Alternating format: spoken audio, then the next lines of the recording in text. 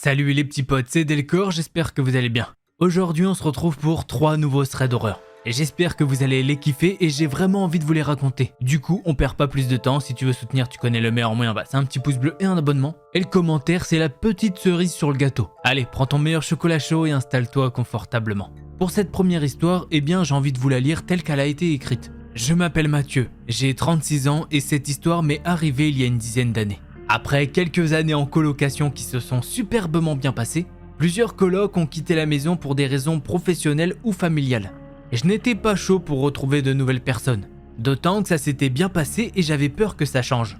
J'ai donc profité de cette période pour déménager et prendre un appartement seul. On est nombreux à connaître le parcours du combattant pour se reloger seul dans une grande ville quand on a peu de moyens. Et après des dizaines de visites, je finis par tomber sur un appartement parfait et grâce à l'aide de mes parents, je réussis à l'avoir.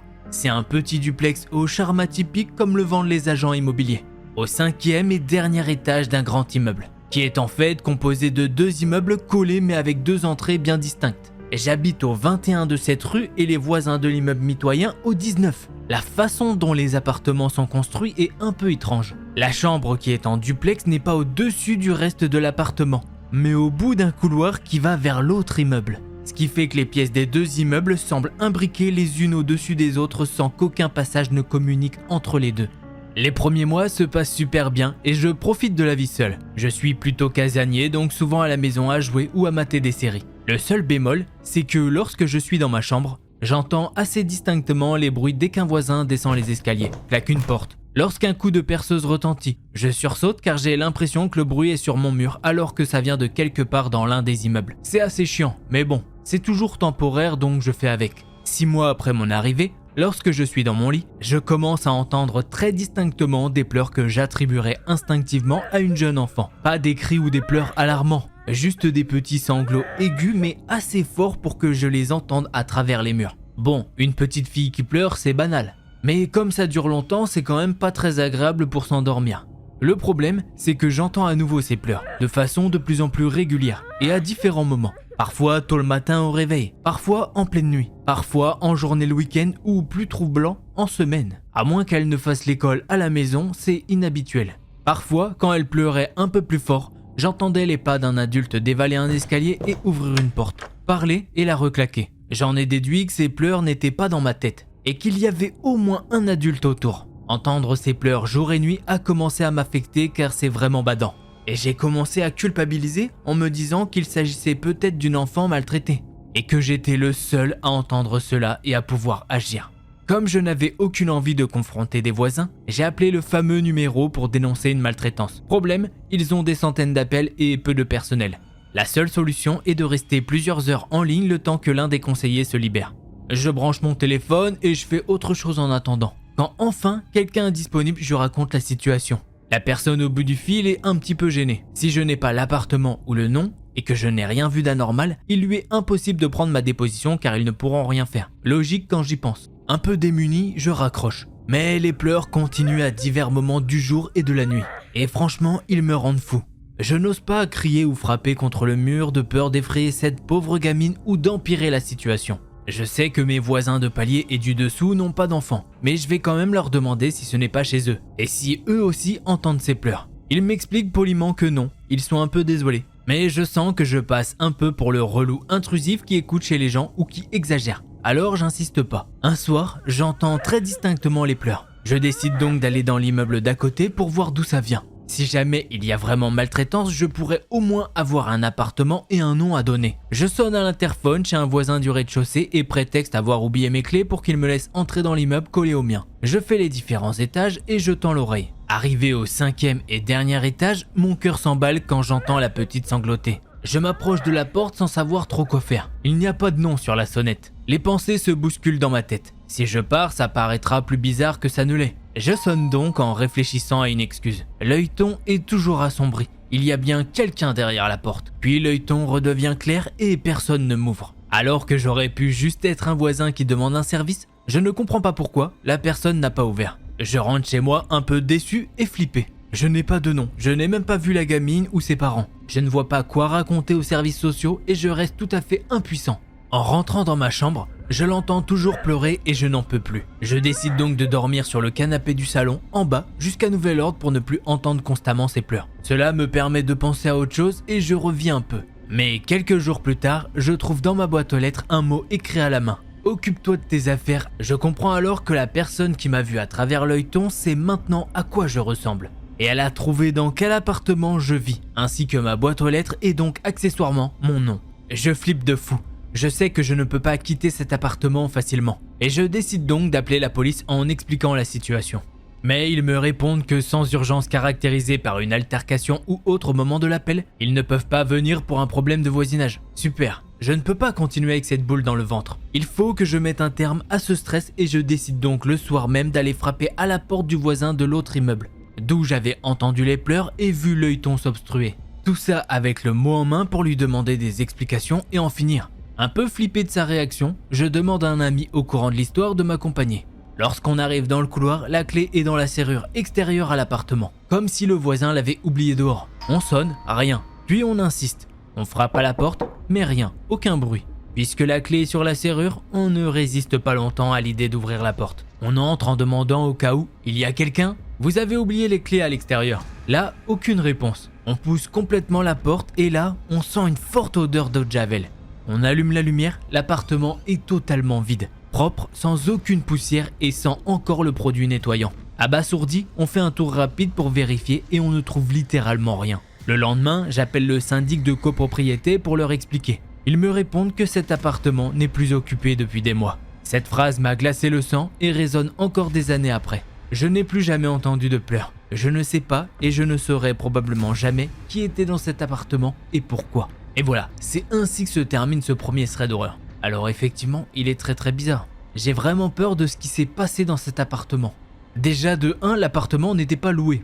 Et dès que lui se met un petit peu à fouiller, et dès qu'il a fouillé un petit peu, et bien là où les personnes qui étaient dans cet appartement ont décidé de s'enfuir. Et ça d'une manière très bizarre. Ils ont totalement tout nettoyé à l'eau de javel. Et ça tu le sais très bien, c'est pas bon signe. C'est pas juste toi qui nettoies ton salon à l'eau de javel, hein, c'est autre chose encore. Je pense que c'était pour cacher toute trace d'ADN. Si vous êtes d'accord, n'hésitez pas à me le dire. Allez, on passe au second thread d'horreur.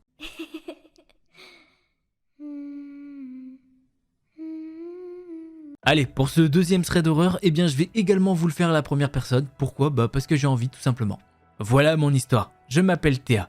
À l'époque, on est en 2015 et j'ai 20 ans. Et à ce moment-là, je fais mes études dans une ville de Normandie. J'habite dans un studio de 25 mètres carrés au rez-de-chaussée. Mon logement est un ancien garage réhabilité. C'est donc le premier de la résidence et la porte d'entrée donne directement dans une cour ouverte qui est accessible librement depuis la rue. Dans mon quartier, c'est uniquement des logements étudiants. Donc il y a beaucoup de monde la semaine. Mais le week-end, tout le monde rentre chez ses parents et les résidences dans le coin sont littéralement vides. Moi, de mon côté, mes parents sont loin et j'ai pas beaucoup d'argent.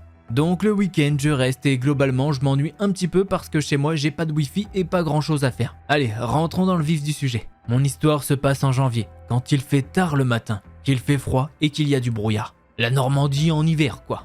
Ce week-end-là, j'ai une amie qui vit à 2 minutes de chez moi qui est exceptionnellement là parce qu'elle révise des partiels. On décide donc le samedi soir de se faire une petite soirée chez elle. On met de la musique, on papote, on boit 2-3 verres de vin et vers 2h du matin, je rentre chez moi à pied. Tout se passe bien. J'arrive chez moi, je pose mes clés, ma carte bleue, mon argent liquide et mon téléphone sur ma table et je vais me coucher. Avant de m'endormir, j'ai un rituel qui consiste à lancer sur VLC une série que j'ai téléchargée et que je regarde en boucle du coup vu que j'ai que ça. Ça me permet de m'endormir avec un fond sonore. Ma série se lance et je m'endors. Dimanche, 4h30 du matin, je suis réveillé. Comme souvent parce que ma série s'est arrêtée. Je remets donc quelques épisodes pour me rendormir toujours avec un fond sonore. En tournant la tête vers mon ordinateur qui est dans mon lit à côté de moi, je distingue dans le noir une forme au pied de mon lit. Sûrement un tas de fringues ou une chaise. Je referme les yeux pour me rendormir, mais une question me vient à l'esprit. C'est pas logique que j'ai mis quelque chose ici. Juste devant la porte de ma salle de bain, ça bloque l'accès. C'est bizarre, mais bon, comme je suis une grosse bordélique, je suis pas si surprise que ça. Malgré tout, je m'allonge sur le dos et je fais mine de refermer les yeux. Mais tout en les gardant un petit peu ouverts. Juste à peine pour distinguer les choses sans qu'on voit que j'ai les yeux ouverts. Plus le temps passe, plus je me dis que c'est pas possible d'avoir laissé quelque chose ici. Il me reste donc 2 options. 1. Me rendormir en me disant que je dois arrêter d'être parano. En 2. Vérifier que c'est bien un tas de vêtements. Une fois que je me suis posé cette question, impossible de me rendormir. Je me mets donc à imaginer un plan. Mon plan consiste à me redresser d'un coup, en sursaut sur mon lit pour créer un effet de surprise. Et en fonction de ce qui se passe, à viser pour l'étape 2. Je compte jusqu'à 3 dans ma tête. Prête à me sentir stupide une fois que j'aurai réalisé que j'ai eu peur pour un tas de vêtements. 1, 2, 3, je me redresse. À ce moment-là, je vois la forme se redresser et rester fixe devant moi. Une personne, probablement un homme vu la carrure. Il me regardait dormir et se tenait devant moi, debout. Je tente de crier, mais rien ne sort, impossible. Soudain, la silhouette se rue vers la porte d'entrée, l'ouvre et s'enfuit. Ni une ni deux, je saute de mon lit et course la personne, bien décidé à savoir qui c'est. Il est 4h30 du matin. Je suis seul, la nuit, en pyjama, dans la rue. Et d'un coup, je me demande, et s'il n'était pas seul? Et s'il se retourne pour me courser à son tour? Sur cette pensée, je fais demi-tour. Je rentre chez moi, je ferme la porte à clé. J'allume toutes les lumières et j'appelle la police. 1 minute plus tard, je vois la même silhouette passer devant ma fenêtre, s'arrêter et regarder à l'intérieur de chez moi. Je ferme les volets et j'attends, terrifié. La police arrive, je leur ouvre et je fonds en larmes, tétanisé par la peur. Je leur raconte mon histoire et tout de suite les policiers sont choqués. Pourquoi? Eh bien parce que sur ma table, rien n'a été volé. Ni l'argent liquide, ni mon téléphone, tout est là. Malgré la plainte, cette personne n'a jamais été retrouvée. Toute ma vie, j'aurai des questions en suspens. Depuis combien de temps cette personne était chez moi? Est-ce que je la connais? Quelles étaient ses intentions? Est-ce vraiment le fait que ma série s'arrête qui m'est réveillé? Mais au fond, je ne suis pas sûr de vouloir les réponses. Pendant 1 mois, j'ai été incapable de retourner chez moi. Pendant 1 an, et malgré les déménagements, à chaque fois que je rentrais chez moi, je devais vérifier chaque recoin. Et encore 8 ans après, j'ai certains tocs. Ne pas pouvoir avoir les volets ouverts la nuit. Vérifier des dizaines de fois si la porte est bien fermée. Voilà, c'était mon histoire. Alors je peux totalement comprendre cette situation. Personnellement, dans la chambre, il y a un truc pour ranger des vêtements et ça fait quelque chose comme 2 mètres. Donc si jamais tu te réveilles un petit peu trop vite, tu peux limite voir quelqu'un. Sauf que non, je comprends très vite que c'est le truc de rangement de vêtements. Mais elle, pour le coup, c'était pas ça. Il y avait bien quelqu'un qui la surveillait pendant la nuit. Et ça devait faire vraiment très bizarre. Je comprends que maintenant elle ait certains tocs. En tout cas, je sais pas si tu passeras par là, mais j'espère que ça va mieux pour toi et que ça ira encore mieux si c'est pas le cas. En tout cas, si tu passes par là, j'espère que tu vas un petit peu mieux quand même. Et si c'est pas le cas, j'espère que ça s'améliorera avec le temps. Voilà, passons maintenant au 3e thread d'horreur.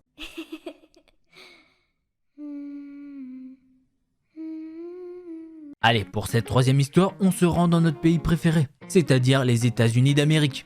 Et vous allez voir que là-bas, c'est toujours spectaculaire. C'est tout ce que je peux dire. Je vais également vous lire ce que cette personne nous a écrit et c'est totalement fou. Allez, c'est parti. Je ne peux pas être très précis ici en raison de la nature de mon travail. Mais je ferai de mon mieux pour communiquer l'histoire du mieux que je peux. Je travaille dans la division cybercrime d'un organisme d'application de la loi. C'est à peu près aussi précis que possible. Et je veux être clair ici. La plupart des histoires que vous lirez sur le dark web sont de pures inventions. Les histoires de Red Room et les histoires d'embauche de tueurs à gages sont pratiquement universellement fausses. La plupart des crimes ont lieu sur votre site web quotidien normal. Un mardi après-midi, cependant, j'ai reçu un appel disant qu'il y avait un nouveau cas pour moi. Eh bien, l'officier à l'autre bout de l'appel ne semblait pas trop sûr que c'était un cas pour moi, mais il voulait quand même que je jette un coup d'œil. Je suis descendu pour parler à 2 jeunes garçons. Tous 2 étaient des adolescents, probablement encore au lycée. Je me demandais même de quoi il s'agissait quand l'un d'eux a commencé à parler de quelque chose qu'il avait obtenu sur le dark web. Apparemment, ils faisaient tous les 2 un défi TikTok. Je ne me souviens plus lequel c'était, mais ils cherchaient des choses à acheter sur le dark web. Encore une fois, honnêtement, il y a très peu d'activités louches réelles sur le dark web, à moins que vous ne vouliez acheter des petits bonbons. Ce qui fait que les 2 jeunes hommes ont été principalement très déçus, jusqu'au moment où ils ont trouvé un site qui vendait des livres, donc ils en ont acheté un. On m'a alors remis le livre en question. J'ai mis une paire de gants et je l'ai feuilleté. Il était rempli de photos d'une jeune femme. Au départ, elle était souriante et dans des endroits tels que celui d'un pré ou d'une place dans la ville. Bien qu'au fil du temps, elle soit devenue plus provocante faute d'un meilleur terme. Elle a commencé à porter des tenues comme un uniforme de femme de chambre ou un cosplay très sexy. Et les dernières photos la montraient sans rien porter. J'ai alors regardé mon collègue et je lui ai dit « C'est tout ce que tu voulais me montrer ?» C'est alors qu'on m'a remis une carte. C'est elle qui était venue avec le livre. Ça disait « Merci pour votre achat, cher client. À l'intérieur, vous trouverez un trésor de photos d'une jeune fille, bien que ce ne soit pas tout ce qui est spécial dans ce livre. Pour nous assurer qu'il est vraiment unique en son genre, nous nous sommes assurés que vous puissiez vivre l'expérience complète. Le livre est relié avec sa peau, alors n'hésitez pas à caresser doucement le cuir en pensant à elle. Encore une fois, merci pour votre achat. » À ce stade, je devrais probablement mentionner pour ceux qui pourraient ne pas savoir ce qu'est la bibliopégie anthropomorphique. C'est le nom de la pratique consistant à relier un livre avec de la peau humaine. Je n'ai probablement pas besoin de le dire, mais c'est illégal. Même en supposant que la peau provenait d'un cadavre, vous vous heurteriez à des lois traitant des restes humains. Cette carte cependant, d'après ce qui était écrit dessus, on aurait dit que la peau avait été prise à la fille pour laquelle elle était en vie. Eh bien, soit ça, soit elle avait été tuée puis écorchée spécialement pour faire ce livre. Je pensais que tout ça était une blague élaborée. Mon premier pressentiment était que les deux garçons étaient dans le coup. Mais ils semblaient trop effrayés pour que ça soit un canular de leur côté. Et je les ai interrogés séparément et leurs histoires tenaient bon. D'accord, peut-être qu'ils disaient la vérité. Mais cela ne voulait pas dire que le livre était vraiment relié avec de la peau humaine. Même si cela ressemblait à du cuir. Il s'agissait très probablement de cuir animal et tout cela avait été ajouté pour donner du goût. J'ai dit cela à l'officier responsable de l'affaire et je lui ai dit qu'il n'y avait probablement pas besoin d'enquêter plus. Bien que j'ai donné un avertissement aux deux jeunes hommes pour ne plus acheter sur le dark web. Et c'est là que l'affaire s'est terminée. Ou du moins, c'est ce que je pensais. Il s'avère que l'officier en charge de l'affaire a décidé, au cas où il s'agirait d'un vrai, de faire tester le livre. Et il s'est avéré que la reliure en cuir du livre était en fait de la peau humaine. Comme vous pouvez l'imaginer, l'intérêt pour cette affaire a augmenté après ça. Nous traitions maintenant d'une affaire de meurtre potentiel et nous avons rappelé les deux garçons. J'ai également été rappelé pour essayer d'aller à la racine des choses et j'ai pu obtenir l'adresse Tor du site qu'ils utilisaient. Malheureusement, tout ce que j'ai reçu, c'est un message d'erreur lorsque j'ai utilisé le lien. J'ai fait quelques recherches supplémentaires, mais cela m'a mené nulle part. Frustré, je me suis retourné vers d'autres sources pour obtenir de l'aide. Mais j'ai peu progressé. Une analyse plus approfondie de la peau a révélé qu'elle appartenait à une femme et à une d'origine caucasienne, ce qui correspondait à ce que j'ai vu sur les photographies. Mais la médecine légale ne pouvait pas faire grand chose d'autre, puisque le processus de préparation du cuir rendait de nombreux tests non viables. Un test ADN de la peau n'a rien révélé, et nous avons cherché partout pour voir si quelqu'un reconnaissait la fille sur ces photos. Pas de résultat à ce jour. L'affaire était sur le point de devenir un cold case, lorsque j'ai réussi à trouver une piste inattendue. Sur un forum, j'ai eu vent de quelqu'un d'autre qui avait acheté un livre similaire, et il était confus quant à la véracité de ce qui était affirmé à ce sujet. C'était 3 étapes plus loin, et nous avons réussi à trouver cette femme qui a acheté ce livre par une curiosité un petit peu morbide. Des tests médico-légaux ont révélé que la couverture était également faite de peau humaine. Elle avait un lien Tor différent, un que j'ai essayé et celui-ci a réellement fonctionné. Le site en lui-même n'avait rien de réellement impressionnant. C'était aussi basique que possible, un peu comme les vieux sites des années 2000. J'aurais pensé que c'était une farce bon marché basée uniquement sur ça. Mais les deux cas m'ont fait retenir mon scepticisme. J'ai pris des captures des sites web et j'ai confirmé avec les deux garçons qui sont venus nous voir avec cette affaire que c'était le site que nous recherchions. Les 2 livres avaient été postés à partir de fausses adresses de boîtes aux lettres dans des grandes villes. Il n'y avait donc pas grand chose à faire là-bas. Compte tenu de cela, nous avons décidé d'essayer le site par nous-mêmes et j'ai passé une commande. Sauf que malheureusement, ce qui s'est passé, c'est que l'URL du site ne fonctionnait plus. Et c'est ici que les choses ont pris une tournure sinistre. L'un des garçons, celui qui avait en fait commandé le livre, a disparu un jour. Il revenait de l'école, et puis, il n'y avait plus aucune trace de lui. Une chasse à l'homme pendant des mois n'a rien donné. Jusqu'au jour où l'autre garçon est venu nous dire que quelqu'un avait livré un morceau de papier à sa maison. Ce n'était clairement pas un morceau de papier normal, c'était un rouleau de parchemin. Des tests ont révélé plus tard que la peau était humaine et des tests ADN ont montré qu'elle provenait du garçon qui avait disparu. Dessus, écrit avec ce qui fut plus tard confirmé être du sang, se trouvaient les mots « Restez en dehors de nos affaires ». Je n'aime pas l'admettre, mais ce seul incident m'a effrayé au-delà de tout ce que j'ai jamais rencontré. Je n'ai pas vraiment l'habitude d'être dans la ligne de mire. Oui, je sais que je fais partie des forces de l'ordre, mais mon travail se fait généralement derrière un écran d'ordinateur. Je n'ai pas dormi pendant 3 nuits après avoir confirmé ce que c'était. Je me souviens très bien de la façon dont sa mère a fondu en larmes lorsque nous lui avons annoncé la nouvelle. Il n'y a plus de piste à part ça de toute façon. Et honnêtement, je ne veux plus rien avoir à faire avec cette affaire. Les gens qui seraient heureux d'écorcher quelqu'un et d'ensuite utiliser cette peau ne sont clairement pas des gens avec qui je veux être en contact étroit. Eh bien, cette affaire est peut-être terminée, mais je laisse ceci comme un avertissement général. N'achetez pas de choses sur le dark web.